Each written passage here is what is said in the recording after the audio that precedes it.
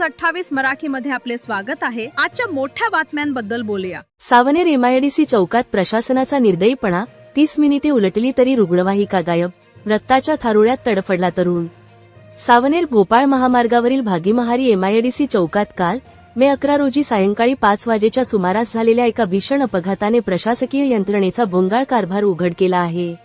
एका अज्ञात भरधाव वायशर ट्रकने दुचाकीला क्रमांक MH31EW7089 समोरून जोरदार धडक दिली आणि चालक घटनास्थळावरून पसार झाला। या भीषण अपघातात दुचाकीस्वार तरुण गंभीर जखमी होऊन रक्ताच्या थारोळ्यात पडला होता। मात्र माहिती देऊनही तब्बल 30 मिनिटांपर्यंत महामार्ग, रुग्णवाहिका किंवा हायवे पोलीस घटनास्थळी पोहोचले नाहीत। प्रशासनाच्या या उदासीनतेमुळे जखमी तरुण अर्धा तास रस्त्यावरच वेदनेने तडफडत होता, ज्यामुळे उपस्थित नागरिकांमध्ये तीव्र संताप व्यक्त करण्यात आला।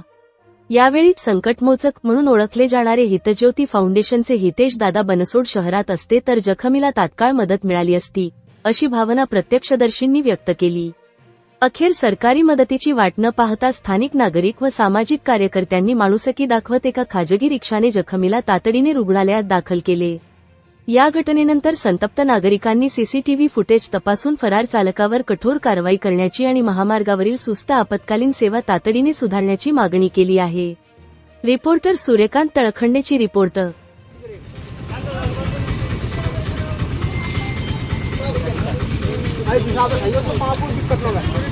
पैर में गड्ढा गिर गया उसके ना। हाँ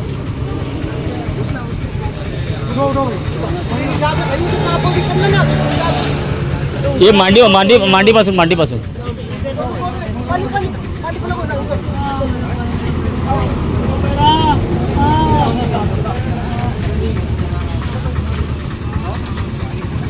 किती अर्धा तास झाला का?